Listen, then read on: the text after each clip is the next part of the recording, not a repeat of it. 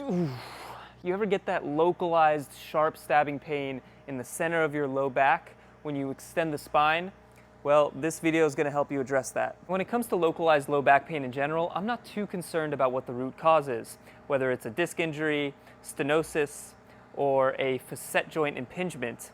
All we know is that the lumbar spine is not tolerating these compressive forces well. So the main focus of this video is how we can safely and gradually expose the lumbar spine to these extension-based loads. But first, I want you to understand some biomechanics of what has to happen from a segmental standpoint when we do a standing spinal extension. When I extend the spine, what needs to happen is the pelvis needs to tilt forward.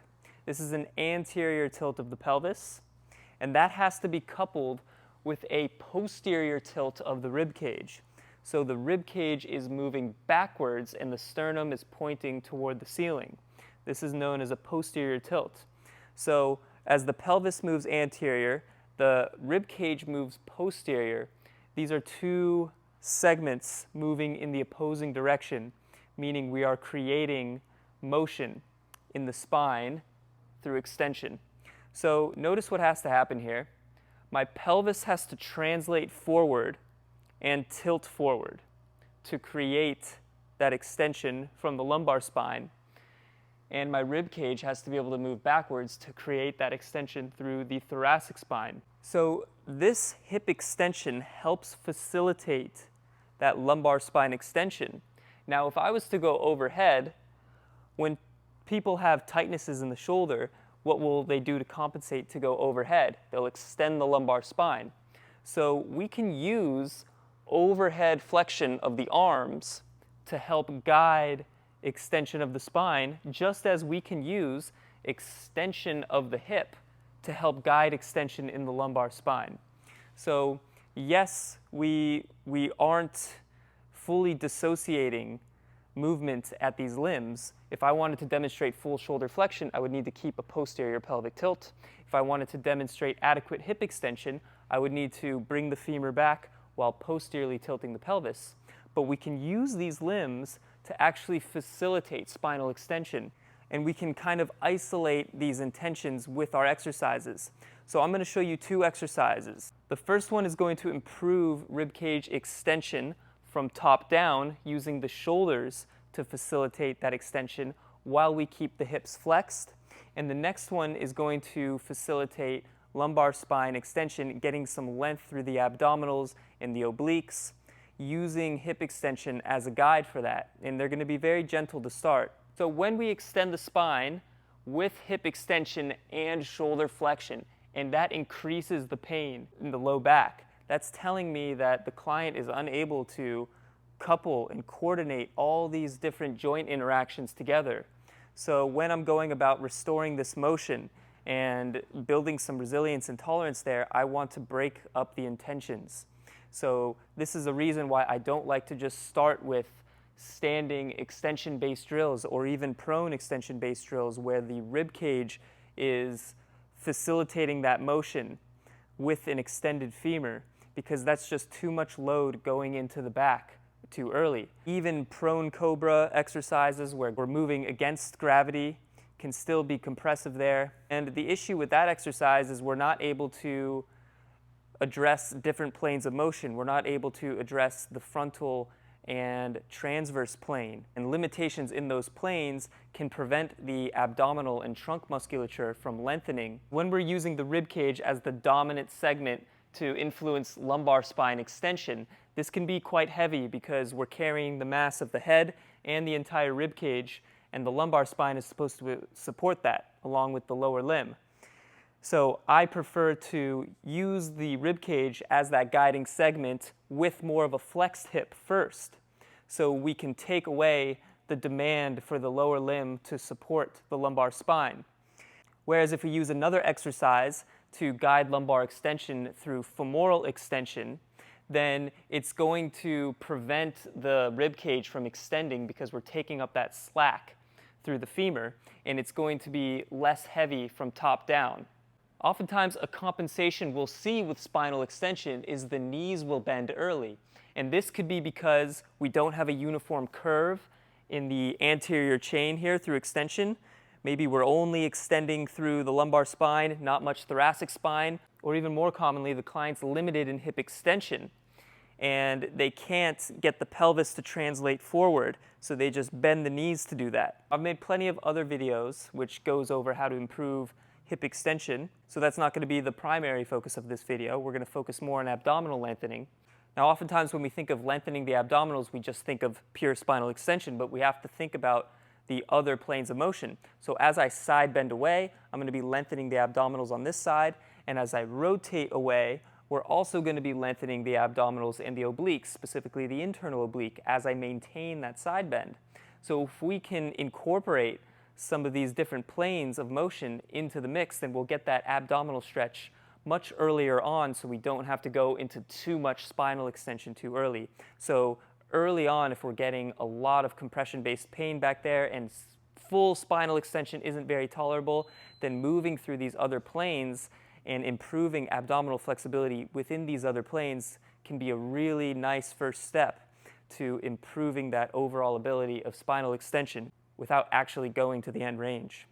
So let's get into it. This is the bench T-spine extension with an overhead anchor.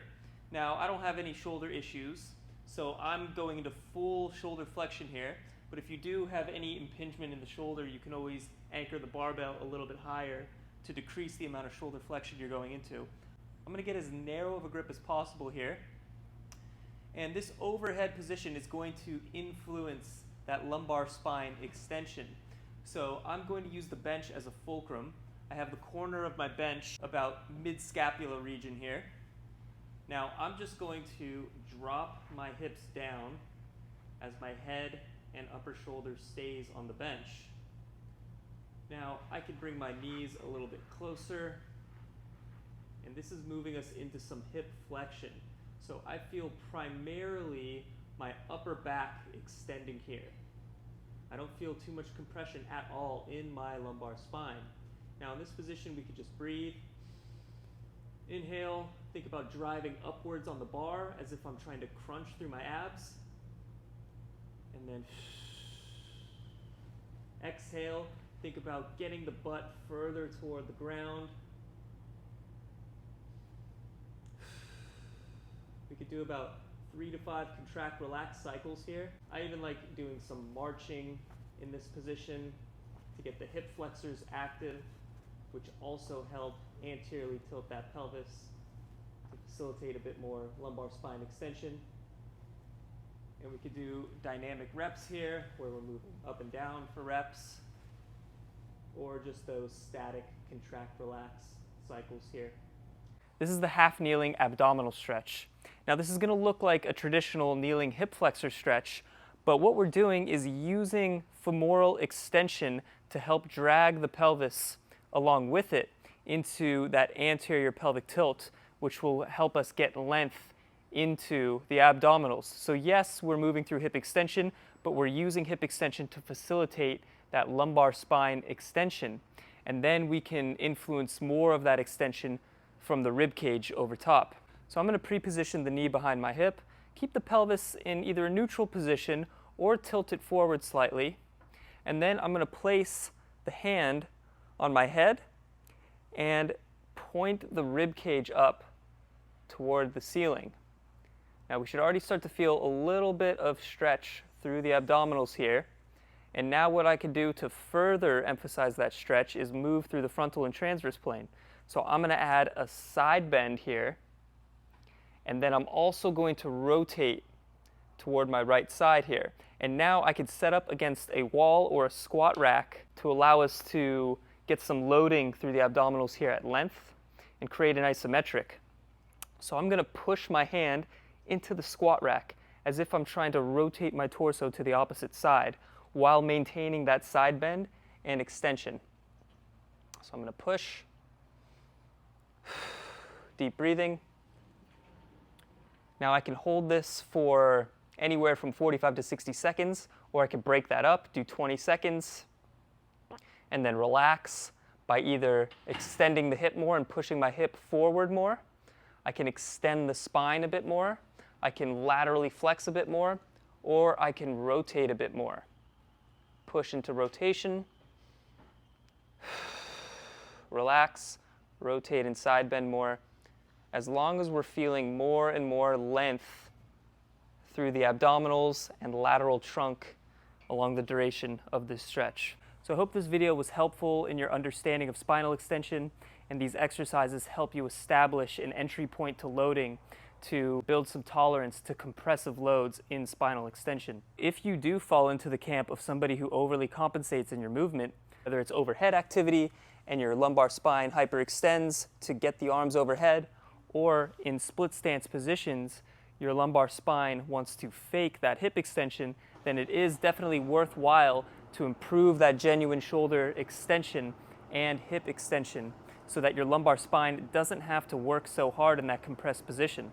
But that being said, these exercises shown here today will help break up the main components of spinal extension so that you can eventually put the pieces back together and build more tolerance with a fully overhead position and an extended hip. Eventually, whenever you do some standing spinal extension, you just feel some nice lengthening in the front of the body and not too much compression in the back. If you did find this helpful, please like the video, subscribe to the channel, leave a comment if you tried any of the exercises. And until next time, stay supple.